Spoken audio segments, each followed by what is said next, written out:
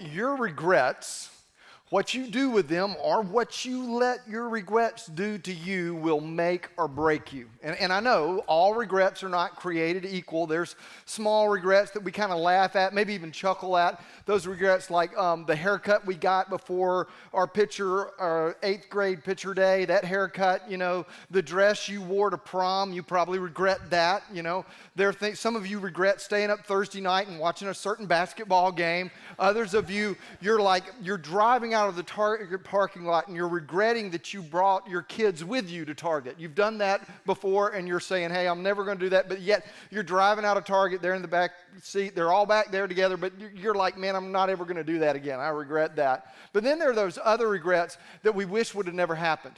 Like if we could go back to that moment of regret, we would change it. They're the regrets where we hurt the most the people that we love the most. It's those places where if we could go back to them, we would change them, because now we look in the mirror and we see someone that we really don't want to be. We see ourselves becoming that person and we wish we could go back and change it. And now, if you're like me, you're probably thinking, why is he talking about regret on Sunday, Easter Sunday morning? Here's why. Regret is a pivot point between remorse and redemption. Regret is this pivot point between remorse and redemption, and Easter Sunday morning is all about redemption. And that's why we're going to talk about it, because over the last 2 weeks, 3 weeks now, we have been in a series called The Unexpected Jesus, and we've been looking at the things that are unexpected about him. And it was unexpected 2 weeks ago when we began this series. And this series is like one big Easter sermon with 3 points. You're coming in for point number 3. Glad you're here. But point number 1 was this. And it's a very unexpected thing about Jesus. And that is that we can have very close proximity to Jesus and not share his passion. That we can be really close to Jesus. And we looked at a guy who had incredible, intense proximity to Jesus and didn't share his passion, spent 3 years with Jesus, shoulder to shoulder with him and some of the close friends, men's names like Peter and John and James and Thaddeus and Thomas. He had great proximity, but he didn't share the passion. And because he had the proximity but not the passion, he ended up trading Jesus out, betraying Jesus. And then we discovered something else that was really unexpected, and that was that we can understand who Jesus is and have the wrong expectations for him. Like we can absolutely know that he's the Messiah, that he's the Son of God, and then have wrong expectations for him. We looked at Peter's life, and we looked at how Peter was such a close friend, probably one of the closest friends Jesus had in his earthly life. And he understood who Jesus was, but he had the wrong expectations for Jesus. And because he had the wrong expectations for Jesus, he ended up denying he even knew about Jesus. And in the midst of his denial, he denies him 3 times in a very short amount of time. And he does this, and he does it by saying, I don't even know who he is. I don't know what you're talking about. He begins to take an oath. The 3rd time, this person asking, does he know Jesus? He starts swearing and using profane language. And as he's doing this, as the words are coming out of his mouth, the rooster crows, meaning that the sun's coming up. And as he's saying these profane things that he doesn't know Jesus and the rooster is crowing, Jesus locks eyes with him through a doorway. He can see him. This is how Luke, one of the good news writers, remembers it. He says immediately, while he being Peter, was still speaking, the rooster crowed. It means the sun was coming up. And Jesus, the Lord, turned and looked at Peter, and Peter remembered like the weight of everything that Jesus had said to him comes on him, and he says, I remembered how Jesus said before the rooster crows today, you'll deny me multiple times, Peter. And he walks out into the dark dawn of another day in the hell of Roman-occupied Jerusalem. But he walks out full of regret, headed toward remorse. Try to understand where he is. Because you see, if we don't understand the darkness of regret, we may never understand fully nor appreciate fully the brightness of redemption. And so Peter walks out into the dawn of a dark dawn. He has become less of the man that he wants to be. He thought he was a strong man. He thought he was a fighter. He thought he would fight to the death for Jesus. And now he's saying he doesn't even know him. And he's crying and he's weeping. He is racked at this point emotionally with guilt. He is standing in the wake of unmet expectations. Nothing disappoints quite like unmet expectations. And that's where he is at this moment. But over the next 48 hours, he begins to pivot, not toward remorse, but toward redemption. See, this is the other guy who had close proximity to Jesus but didn't share a passion with him. His name was Judas. And he traded Jesus in, and when he realized what he had done, he tried to correct it. He tried to correct it by moving back to his place of regret, by talking to his co-conspirators, and they had nothing for him. They had nothing for him. There was no forgiveness there. There was no reconciliation there. And there certainly was no redemption there. He ran back to his place of regret. But Peter, he begins to pivot toward the redemption. He begins to over the next 48 hours, begin to go back with his friends, the ones that he had denied even knowing, along with Jesus. And they take him back in. And it's there on a Sunday morning, not unlike this one, that he's sleeping. And 3 of the women that was of their number got up that morning. And they go to take care of the tomb of Jesus. The one that Peter knew was dead. The one that Peter thought it was all over. The one Peter had tons of regret about, but he was pivoting toward redemption. And the ladies, they go to this tomb to take care of it. Salome, Mary, and Mary Magdalene, 2 Marys. And they're walking along the way to get to this tomb, and they're thinking to one another, we need to put these spices on the corpse because it'll begin to smell badly, and we want to continue to visit the garden and remember who Jesus was. And so we need to mitigate the smell of decay, of death's decay. But they had a problem. They were like, who is going to take care of the stone? We got to move the stone so we can get into the tomb, so we can put these spices around his body. And as they're walking along the way, they look up and they see that the stone had been rolled back, and it was very large. Not only was it very large, it was supposed to have a Roman seal on it that you weren't supposed to break. It was broken. It was supposed to have Roman guards standing around it. They're nowhere. And so they walk in. They enter the tomb and they see a young man sitting on the right side. He's dressed in a white robe. Not a lot of white robes happening in Jerusalem during this time. They did not have the bleach, as Snoop Dogg would say. And so it would have been a brown robe. But anyway, it's white, and they're alarmed. And so this guy looks at them and says, "Do not be alarmed." To which I would say, too late. They're alarmed. So you seek, but then he begins to tell them stuff that they can't really hear very well because their emotions and you know how it's hard to hear when your chest is just pounding. Their chest is pounding. He says, "You seek Jesus of Nazareth who was crucified. He has risen. He's not here. See the place where he laid." They don't get it. He continues to talk to them. He says, tell his disciples and Peter that he is going before you to Galilee. You will see him there just as he said. Peter had pivoted toward redemption. And so they're saying, this angel says, hey, go find the disciples. Tell them that this has happened. And make sure Peter is one of the ones that you tell.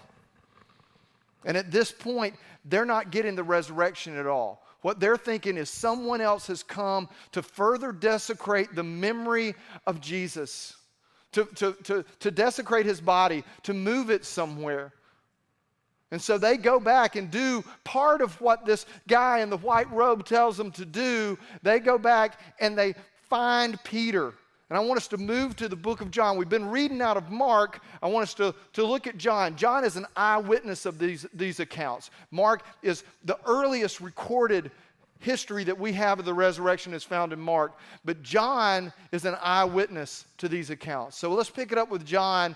And it says, so Mary Magdalene ran, key word here, ran and went to Simon Peter and the other disciple.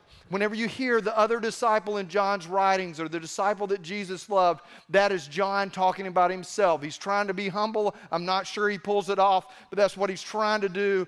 And tell them they have taken the Lord out of the tomb, and we do not know where they have laid him. And immediately Peter jumps up with John, and they're going toward the tomb. And both of them were running. Key word there, they're running together. But the other disciple, John says, I'm a little faster than Peter. I don't know if he had like some hokas or something like that. But he outruns Peter. And people didn't run during this time. I mean, not if they were adults. It's hard to run in these tunics. But they run, and John gets there before Peter. A couple of things here. First of all, I'm not real sure. The running here, I think it's important. There's this tradition in Christian history of having sunrise services. And I don't really do that because, like, I'm not sure the angels are awake yet. And, you know, it's just early in the morning, you know, like my brain's not working and my joints aren't working. But I do think that what would be good for Easter Sunday morning, instead of that, to get everybody up and pumped, is not so much an Easter sunrise. And if you like an Easter sunrise service, I'm just kidding. You do that. Tell me how it goes. But what if we did Easter sunrise runs? I mean, we got the turkey trot, and we got the jingle jam jog or whatever it is, the red nose run stuff. We could have a resurrection run. It'd be a pretty good thing. You don't think so? Okay. Hey, listen, two important things here to see. See where Peter is running, but don't miss who he is running with. He's running with John. He's running toward Jesus. He's running toward the only place that he knows that Jesus' body is, the last memory, the last remnant that he has of his Savior. He is running toward that, but don't miss who he's running with. He's running with John. That required forgiveness. John stayed with Jesus after all the other disciples had abandoned him. John was there and likely heard some of Peter's words as he denied Jesus. And so don't miss where Peter is running, but also don't miss who he is running with, because he is running with forgiveness all the way if he's running with John. And stooping to look in, he saw the linen clothes. This is John. John sees the linen clothes, but he doesn't go in because John's kind of a rule follower. He's kind of a really, really good Jewish boy. Simon's Jewish, but he's not that good of a Jewish boy. He came following in, and he goes right into the tomb. He kind of moves John out of the way, and he sees this. And what he sees, again, we get to see the unexpectedness of the story of Jesus. Why things are so unexpected. He sees the linen cloths lying there, and the face cloth which had been on Jesus' head, not lying with the linen cloths, but folded up in a place by itself. If you're going to, because they're thinking someone has stole the body. Someone's taken it away. But if you're stealing a body out of a tomb, you don't stop to undress it. For multiple reasons. First of all, you might get caught. Second reason, it's a whole lot easier to carry someone in their grave clothes than it is unclothed. It doesn't make sense. It's unexpected. Everything that Peter is taking in at this point doesn't make sense. It doesn't make sense that the stone has been rolled away. Who broke the seal? And oh, by the way, where are the guards? And why are the clothes still here? And why are they so neatly placed as if someone had just disappeared out of them? None of it makes sense. It's unexpected. And the other disciple, John, who had reached the tomb first, just want you to know he won the first resurrection run, so he's documenting it for you. And he says, I also went in and I saw and I believed. He believes because of the evidence that he sees, but he doesn't believe because of all the scripture that he knew. Not yet, but he would. And then the disciples went back to their home. It would be that night, Easter night, that the disciples would see Jesus for the first time. Not all of them, but some of them. We know that Thomas was not there, but they would see him. And in that moment when they would see, now, just side note here, disciples aren't the first person he appeared to and said, hey, listen, I'm not dead. It was a lady. It was a lady named Mary Magdalene. You just heard about her. It's another message for another day, but she becomes the first preacher of the good news, the first missionary of the church. It's a beautiful thing. But then later that night, he appears to his disciples for the first time. And it's there that they begin to understand, oh my goodness, this thing that he was leading us toward, it wasn't about restoring national pride. It wasn't about kicking the teeth in of the Roman Empire. The stakes were a whole lot bigger. He was not looking to defeat Rome or bring us material wealth or military power. It was something bigger. He was playing for eternity. Not for the next 70 years, for everything. He was defeating death. He was killing death. And that's what they begin to understand in that first moment. And then about 8 days later, they're together again, and Jesus comes and visits with them again. That time, Thomas is there.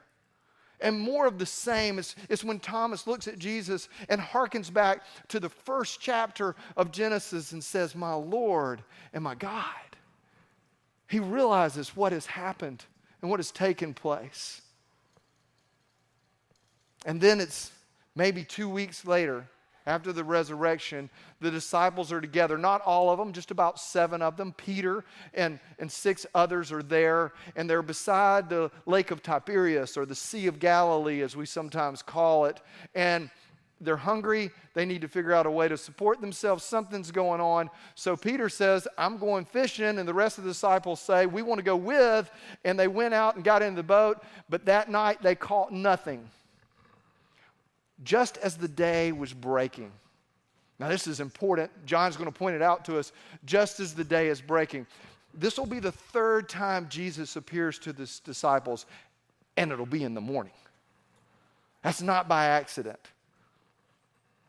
Don't miss that. I promise you, Peter didn't miss this. Jesus stood on the shore, yet the disciples didn't know it was Jesus. And Jesus said to them, children, have you caught any fish? And they answered him, no. And he said, well, cast your net on the right side of the boat, and you'll find some. So they cast it, and now they were not able to haul it in because of the quantity of the fish. And then John recognizes Jesus. And it's interesting what John does with his knowledge of who Jesus is, or his knowledge that Jesus is on the shore about 100 yards from them. He shares his knowledge with Peter. He says, Peter, it's the Lord. And when Simon Peter hears this, he puts all of his clothes back on because he was stripped for work, and he throws himself into the sea, and he starts swimming these 100 yards toward Jesus. And the other disciples, they come in the boat, dragging a net full of fish, for they were far from the land, about 100 yards off, but Peter is swimming. He has got to get to Jesus. See, regret, whatever it is that you're regretting in your life right now, it is a pivot point between remorse and redemption. And Peter was pivoting toward redemption. He wasn't going to do this, get in the back of the boat and try to not make eye contact with Jesus because he knew it would be awkward. He was running to redemption. He was running to the person that loved him best. And what they find when they get on land is basically that Jesus has prepared breakfast for them. And Jesus says, bring some of the fish that you have caught. And so Simon Peter hauls this net ashore. It has 153 fish in it. And there's so many but the net was not torn, John remembers. And Jesus said to them, come and have breakfast. Now none of the disciples dared ask him, who are you? They'd figured it out. They knew it was the Lord. And Jesus Unexpected. Unexpected Jesus. I mean, if you had come back from the grave, like if you had defeated the biggest foe there is, death, you would think people would be bringing you fish. They would be bringing you the bread. But he does what he always does. He feeds his disciples. That's what he longs to do with you. He longs to feed you. He longs to serve you. Jesus came and took the bread and gave it to them, and so with the fish. John points out to us now this is the third time that Jesus had appeared to the disciples. And oh, by the way, it was early in the morning as the day was breaking. And when they had finished breakfast, Jesus said to Simon Peter, Simon, this is a walk. They're taking a walk, and you'll see why I believe this in just a moment. Jesus, Peter, and John kind of with them in earshot, kind of trailing behind a little bit, maybe a step behind. Jesus says to Simon, son of John, do you love me more than these? And that had to sting, because that took him 2 weeks back to when he stood up among the disciples and said, hey, listen, these guys, Jesus, they may abandon you, but I won't abandon you. I won't deny you. I'll fight to the death. And Jesus' words have to sting him, which makes me think, Jesus, why would you even ask them? Why are you dragging Peter back there to hear this? But see, the thing about redemption, it doesn't remove the pain. It repurposes the pain. He has that pain. It still hurts. And Jesus asked him this question, and Peter says, yes, Lord, you know. You know I love you. And Jesus replies back another unexpected thing. If I tell Beverly, my wife, that I love her, I'm expecting that she's going to say, I love you too, honey. Jesus doesn't do this. He doesn't go, I love you too, Peter. He goes further than that. He doesn't just give him an affectionate reply. He gives him a purpose. See, so many of us, we regret something and we want to go back and return to the place. But Jesus wants to move us toward a purpose. And he says, feed my lambs. He gives him purpose. When we're redeemed, it's not just for the sake of being redeemed, like being bought back again. It's not like we're a piece that we've pawned off somewhere and we go back to the pawn shop and we buy the antique watch back and now we've got it back, so we place it on a counter. Jesus redeems us for a purpose. See, what's happening here is Peter is being reinstated. And he asked him a second time. Intentional redundancy here. Simon, son of John, do you love me? And he says, Lord, you know that I love you. And he said, well, then take care of my sheep. Do what I ask you to do. And then Jesus continues the conversation with another question, but it's the same question. He says, Simon, son of John, do you love me? And Peter was grieved. Redemption doesn't remove the pain. But that pain doesn't have to dominate us. It can be repurposed for the sake of seeing other people redeemed. And he says it a third time because Peter had, in a short amount of time, denied Jesus 3 times. He says, Lord, you know everything. You know that I love you and you know everything. And Jesus said to him, then feed my sheep. Feed my sheep. This is why those of us who are redeemed, we don't sit alone for long, and we don't sit still for long. We begin to do that which God has called us to do, and that means that we take care of one another, and we make sure that other people hear the story of redemption. And Jesus says something now to Peter that's very hard. He says, truly I say to you, when you were young, you used to dress yourself, you used to walk wherever you wanted. But when you're old, you're going to stretch out your hands and another will dress you and carry you where you do not want to go. Oh, but in the meantime, the things that happens in Peter's life are extraordinary. Less than a few months later, he would stand up in front of thousands of people. This guy who denied Jesus now stands in front of 1,000 people, thousands of people. And he presents the good news for the first time, and people respond. He doesn't deny Jesus. He proclaims Jesus because he is following Jesus. He said this to show what kind of death that Peter was going to die ultimately. And then after saying that, he said, "Follow me." And in that following, he sees thousands of people come to redemption because he himself has come to redemption. But he has gone through the last 2 weeks and 3 years with a man named John, so he is concerned about John. And so he turns and he sees John following them, and he says, Peter turned and saw John following them. This is a paraphrase. If you're reading the Bible, you know that John does that whole descriptive thing about himself. And then Peter saw him and said to Jesus, "Lord, what about this man? What's going to happen to my friend John?" And Jesus says, "If it is my will that he remain until I come, what is that to you?" Peter, I need you to focus. I need you to follow me. 3 times he looks at him and says what he would say to you this morning: feed my sheep. If you've been redeemed, you don't sit still for long, and you don't stay alone for long. Sure, we get still before the Lord, and we get alone with him, but anybody that does that is moved to work the work of redemption on behalf of others. And so my question this morning is this, because he says it 2 times, follow me. Have you been redeemed? Are you at that pivot point right now? Are you at that pivot point where you pivot toward remorse, which is just more regret with shame piled on top of it? Or do you pivot now toward redemption? That's what Jesus came to do.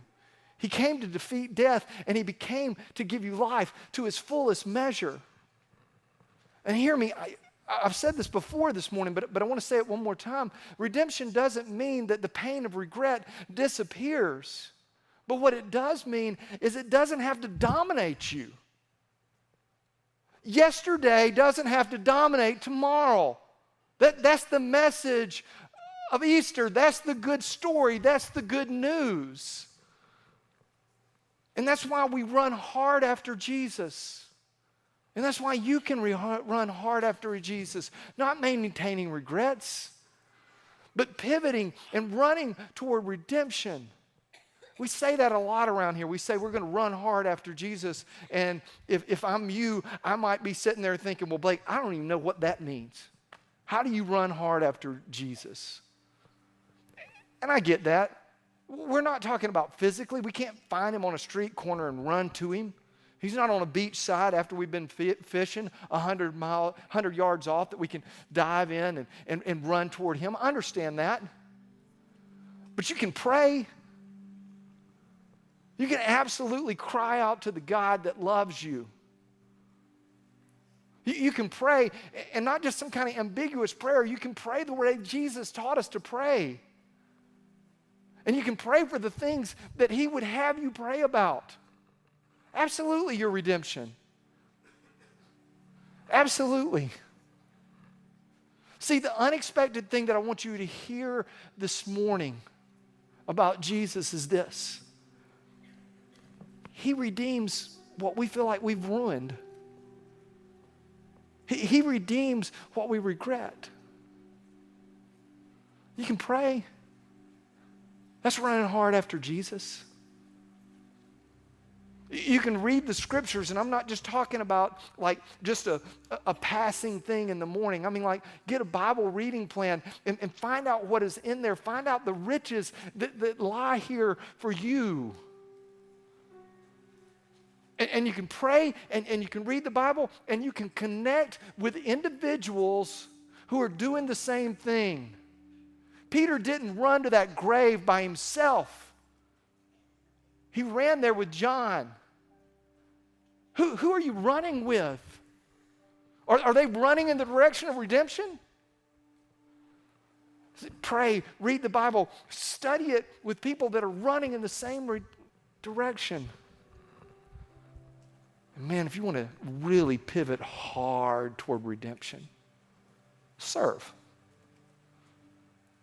He took the fish and he took the bread and he gave it to the people that denied him, that abandoned him. Serve. But this morning, if you hear nothing else from this, the unexpected thing about Jesus is that he redeems what you regret. He redeems those things that you think you have ruined. And so this morning, just like every Sunday morning here, I want to give you an opportunity if you don't know Jesus. If you've never caught the grace that Peter caught in his eyes when he denied him, we want you to connect with Jesus today. And you can do that by just giving your life to Jesus, like telling him, hey, listen, I have messed up, and I've been running my life now for however many years, and I need you to run it. And that's just a prayer to him. You can ask the person that you came with this morning, how can I know Jesus personally? And they will tell you. If you came alone, we can tell you. I'm going to be up here standing in just a few moments, and we're going to sing a song. And there'll be others of us here like John and Karen, and we will help you pray to receive Christ. If you're looking for a church in this area, another category, if you're looking for a church and you're wondering, where is it that I can run hard after Jesus? You found it. That's what we're here for. So now, let's pray about these things. Father, I have no idea, no idea the amount of regret that might be in this room right now. But we have no idea. Absolutely no idea the amount of redemption that is in this room because you're not in a grave. And so, Father, I just pray that you would work that redemption in individuals' lives right now. That they would run towards you, or at least pivot towards you. Just take a step towards you, just to begin to pray, just begin to read the Bible, Father.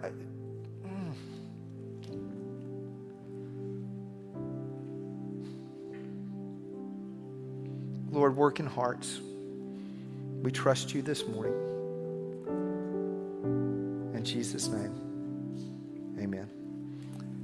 I'm down front to welcome you to this church or to welcome you to the family of God. Let's stand and sing.